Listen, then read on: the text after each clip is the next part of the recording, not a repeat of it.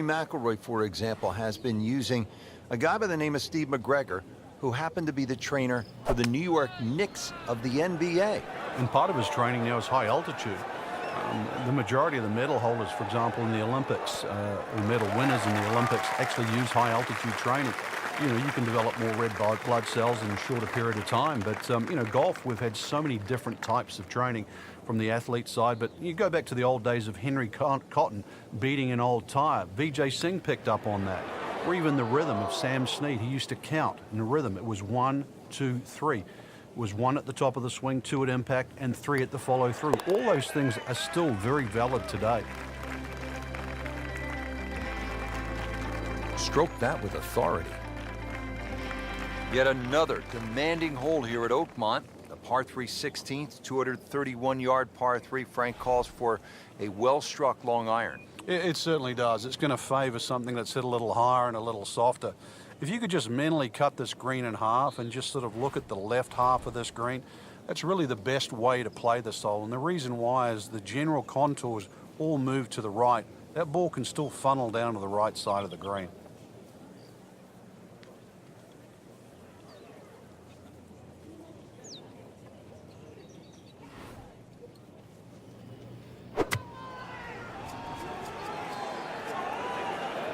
This looks like it's going to find the target. See if he can get this one to drop here at the 16th for a birdie. He really likes this hole. Made birdie yesterday. Can he do it again today?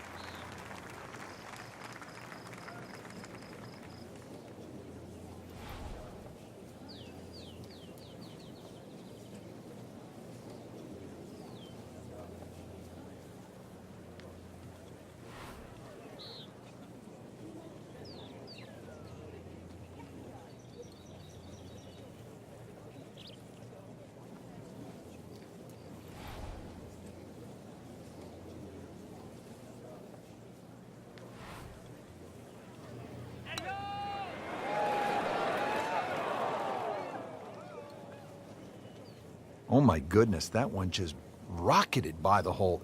It's actually on the fringe right now.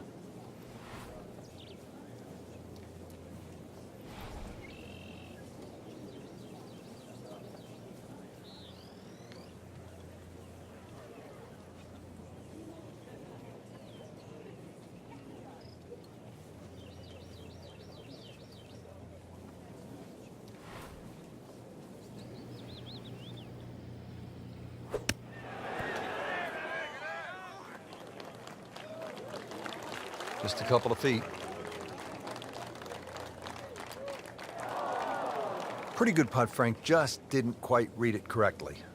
Yeah, would have certainly liked that to go in.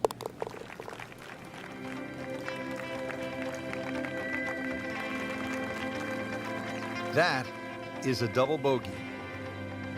We are coming down to the wire here at the U.S. Open Championship at fabled Oakmont, and the tension's starting to build. And Frank, this is decision time at this very short 313-yard par 4. Yeah, normally in a U.S. Open, Rich, you'd think the prudent play would be lay it up, but you know, I kind of like driver here today. I think the worst you're going to do is just miss the green or hit it in one of those pop bunkers. You perhaps could drive it on the green, be putting for eagle, but even out of one of those bunkers, you got to think you're even money to get it up and down. I like driver here.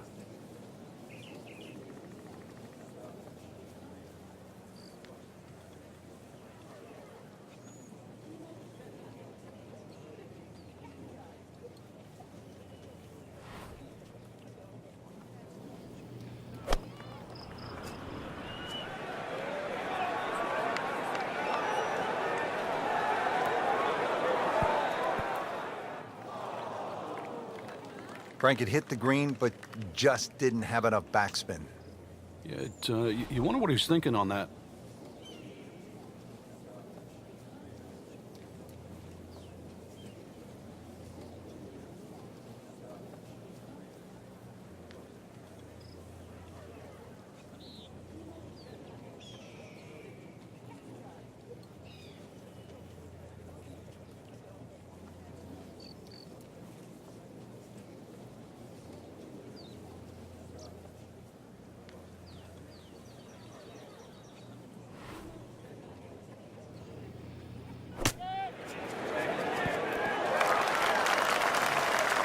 Well, that's what separates the good players from the great players, the ability to get it that close from that kind of lie.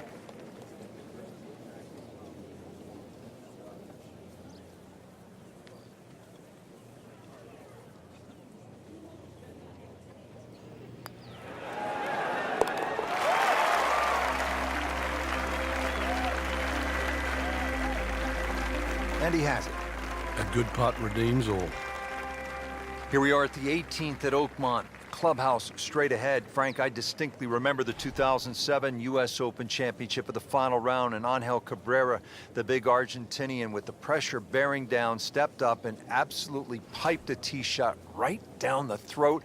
And I know to this day he thinks it's one of the great shots he's ever hit. Yeah, I get the odds. Golf ball is 1.68 inches in diameter. Fairway's 30 yards wide. Ball should fit easily, right? But when you look at it off the back of this tee with bunkers left and right, it does not look like it's that easy, that's for sure. Beautiful rhythmic swing right there and right down Peachtree. Well, he's going to have to hit the same club a lot harder or just hit another one.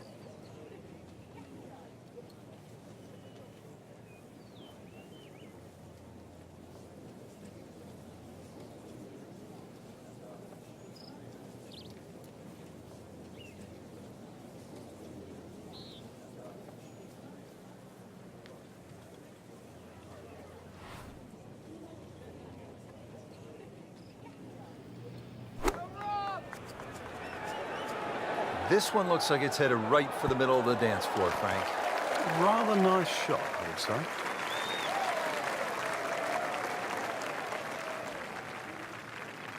Playing this par 4, still not on the green after that second shot. But still not done.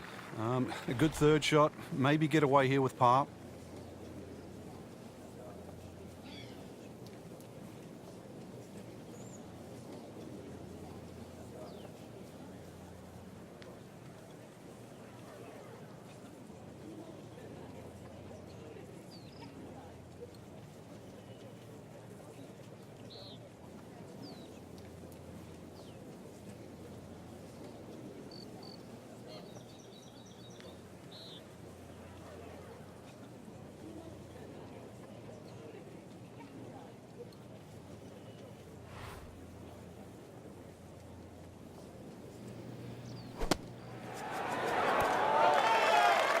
Not a problem there, Rich.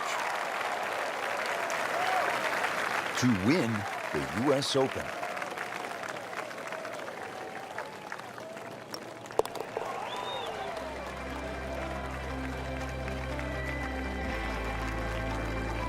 He'll take par and move on. Frankie's done it. One of the biggest prizes in the game. The U.S. Open has always been considered golf's toughest test. There's golf's toughest champion.